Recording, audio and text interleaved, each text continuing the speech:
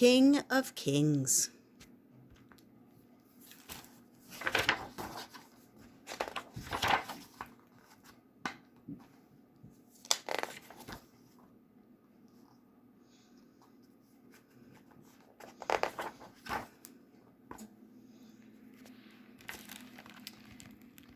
Mr. Haggerty hadn't always been alone, and being alone didn't always mean being lonely, but quite often it did.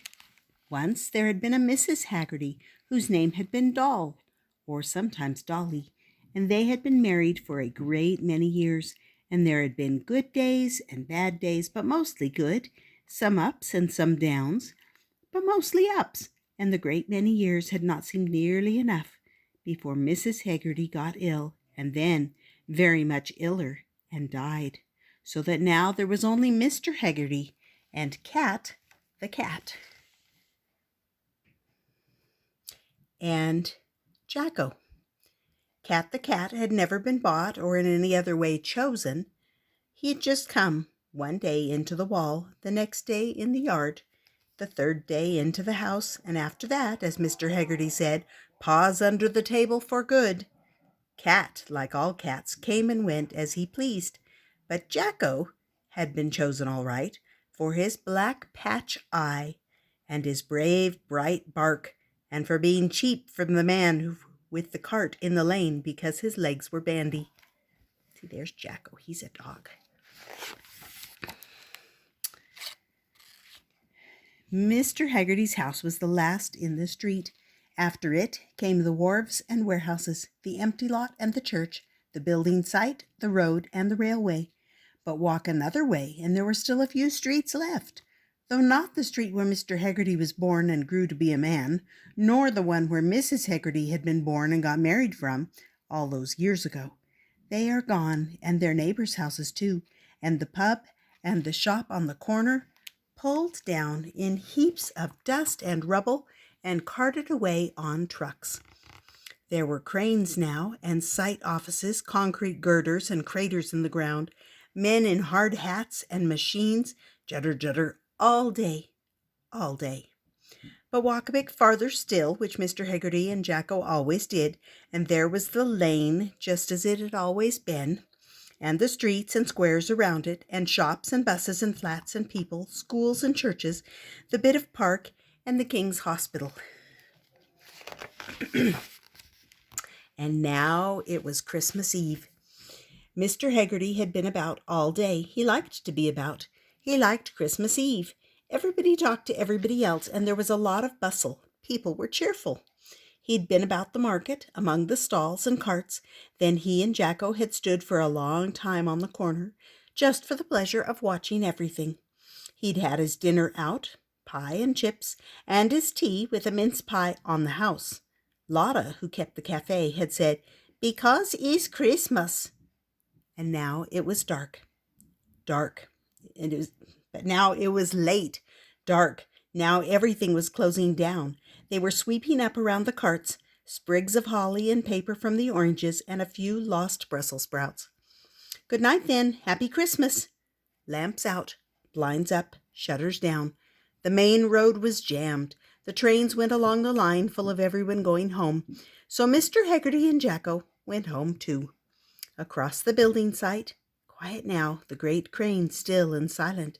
It had a Christmas tree balanced on the very end with lights and decorations, but the men had finished at dinner time today. Past the warehouses and wharves. Once Mr. Haggerty had been a night watchman on the wharf. That was when the ships had docked, years ago. There were no ships now. Across the last bit of the empty lot, Jacko's ears twitched. Home. Christmas Eve. The wind blew down alleyways across the dark wharves, smelling of rain and river. No snow. No star. But Christmas Eve isn't often like the stories. Mr. Haggerty reached home. There we go. Mr. Haggerty reached home. There was a carrier bag on the step with 3 wrapped-up presents inside and a card. To Mr. Haggerty and Jacko and Cat, a happy Christmas with love from Joe. Joe and his family lived next door, but they had gone away that morning to stay with his grandmother for the holiday. One day they'd go away altogether. Everybody would. This was the last street. Mr. Heggarty didn't want to think about it. Nothing inside the house had changed very much since he and Mrs. Heggarty moved in, newly married, and since Mrs. Heggarty died, nothing had changed at all. Mr. Heggarty wanted it like that, just as it was and had always been, and as she had left it. He kept it clean and put things away in the same old places, and polished the windows and blackened the hearth and washed up in the stone sink and slept in the big brass bed. And every Christmas he put up the decorations around the pictures and over the mirror and along the mantelpiece with a wreath of holly on the front door, just as Mrs. Heggarty always had. It was very quiet. Mr. Heggarty went into the scullery to wash his hands, then fed Jacko the cat, Jacko and cat, put the kettle on, made up the fire, and sat beside it. And Mrs. Heggarty sat beside him, smiling out from the silver photograph frame on the little table. See, there she is.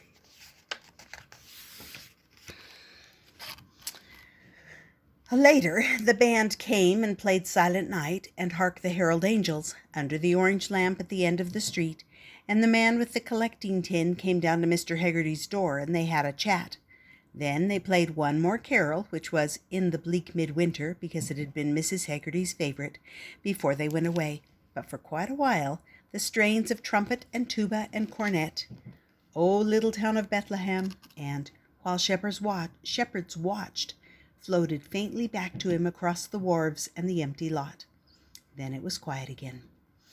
For the rest of the evening, while Jacko and Cat slept on the hearth rug, Mr. Heggarty sat in his armchair thinking, as people do, of other Christmases, good and bad and in between, but mostly good, for times past are golden in the memory to an old and lonely man. At 10 o'clock, he got up, and Jacko ran to the front door, and they went for their last walk up the street and down again. There was nobody about, though some of the houses had lights on, glowing behind curtains, and 2 of them had Christmas trees in the windows. And the wind still blew down the alleyways and across the wharves and the empty lot, with the smell of the river on its breath. Christmas Eve. Mr. Heggarty's heart lifted. It was still special after all. There was no getting away from that. Then he let Cat out, locked up, wound his watch, and went upstairs to bed. Sometimes after midnight he woke again. At first he didn't know. Sometime after midnight he woke again. At first he didn't know why. There was no sound except for Jacko snoring softly. Then there was something. A very faint, distant sound, not inside the house. Out.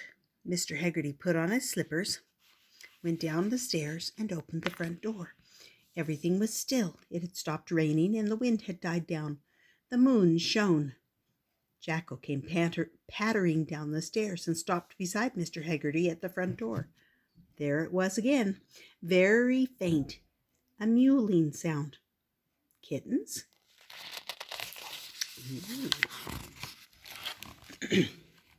Mr. Heggarty put on his coat and shoes and took the flashlight. Then he went out of the house and across the empty lot toward the church. Jacko ran ahead, ears cocked, tail up. There were railings around the old church, but the padlock on the gate was broken. The sound was louder. Mr. Heggarty stopped. The moon came out again from behind a cloud. Jacko had trotted up the weed-covered path to the church porch, and Mr. Heggarty could see him standing beside something, wagging his tail, so he went too. Here the sound was loud and clear and unmistakable. Mr. Heggarty shone his flashlight. On a ledge, inside the dark, damp, cold stone porch of the church, stood a shallow cardboard box.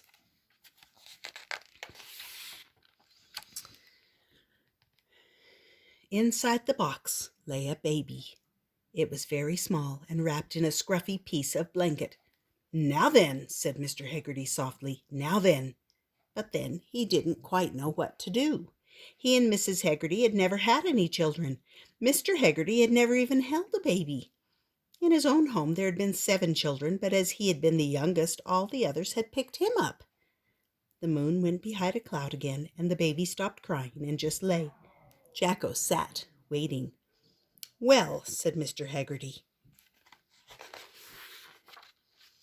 And then, because there was nothing else that he could do, he picked up the box and the baby in it, with the baby in it, very gently, and as he did so, he remembered that it was not Christmas Eve any longer, but Christmas Day.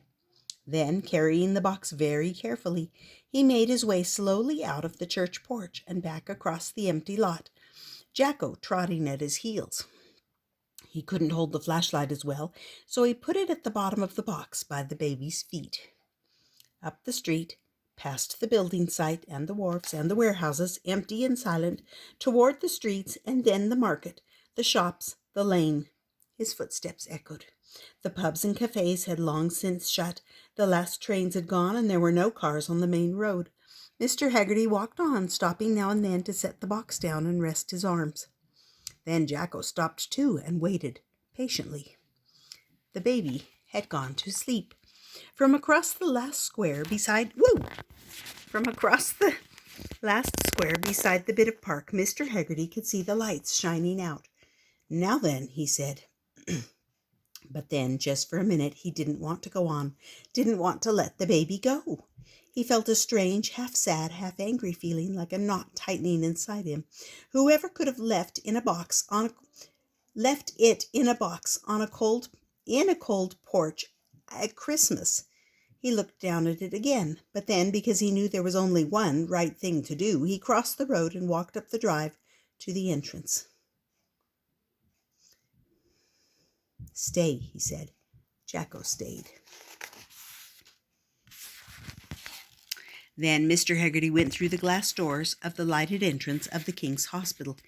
In the hall there was a huge Christmas tree and paper chains and decorations strung from the ceiling and all around the walls. At the far end was a reception desk with a porter behind it, and a nurse standing beside. Mr. Haggerty went up to them and stood holding the box in his arms. "I've brought a baby," he said. In the next hour or so, a lot of things happened. The baby was taken away, and Mr. Haggerty asked to sit down and answer a great many questions from a nurse, a doctor, and finally from 2 policemen. They brought him a cup of tea and then another with a pink bun and asked him to sign some papers, and the whole time Jacko sat without moving or barking on the step beyond the glass doors.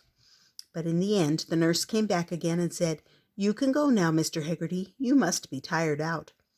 "Right," said the policeman. "We'll drop you off. Trafalgar Square, isn't it?" Mr. Haggerty stood up. He was tired enough to sleep, and muddled, and in a way sad. "No, thank you very much," he said. "If it's all the same to you, I'll walk." And he went slowly across the blue carpet to the glass doors where Jacko was waiting. "Come on then," Mr. Haggerty said. Jacko came. He did sleep, just a bit, but it was a strange, restless sleep, full of odd dreams and noises.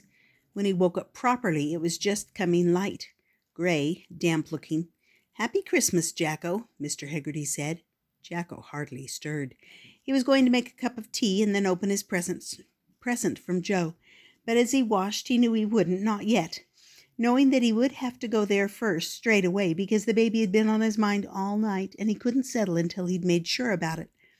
He let Cat in, whistled to Jacko, and crossed the street all over again in the same direction as before.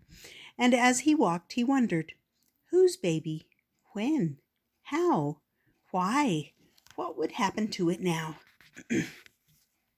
He hadn't even found out what it was, boy or girl, hadn't liked to ask.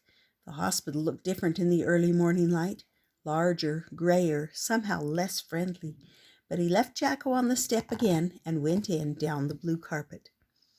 After he had explained, they left him, sitting in a chair in a corridor. The hospital was still quiet, but not like the night before. He could hear doors banging and the elevator going up and down. Perhaps they would bring him a cup of tea again. He always had one as soon as he got up. He was missing it now. But it didn't really matter. He'd had to come. "Mr. Haggerty?" Mr. Haggerty stood up. Would you like to come with me? Through doors, down a corridor. I'm sure you'd like to see him, wouldn't you? Him. A boy, then. Yes, that was as it should be. He's fine, thanks to you, but if you hadn't found him. They went down more corridors, around corners, through doors, stopped. You'll see that we've done something special, she said. We always wait for the first baby born in the hospital on Christmas Day, but there hadn't been one yet. And besides, we thought that your baby was the most important one here today. Come in and see. There were babies in small cribs. Through a glass window he could see beds. Look, Mr. Haggerty. At the end of the room, on a small raised platform, stood a crib, draped and decorated under a canopy. Hanging above the canopy was a star. See, there's the star. The Christmas crib, she said, only used once a year.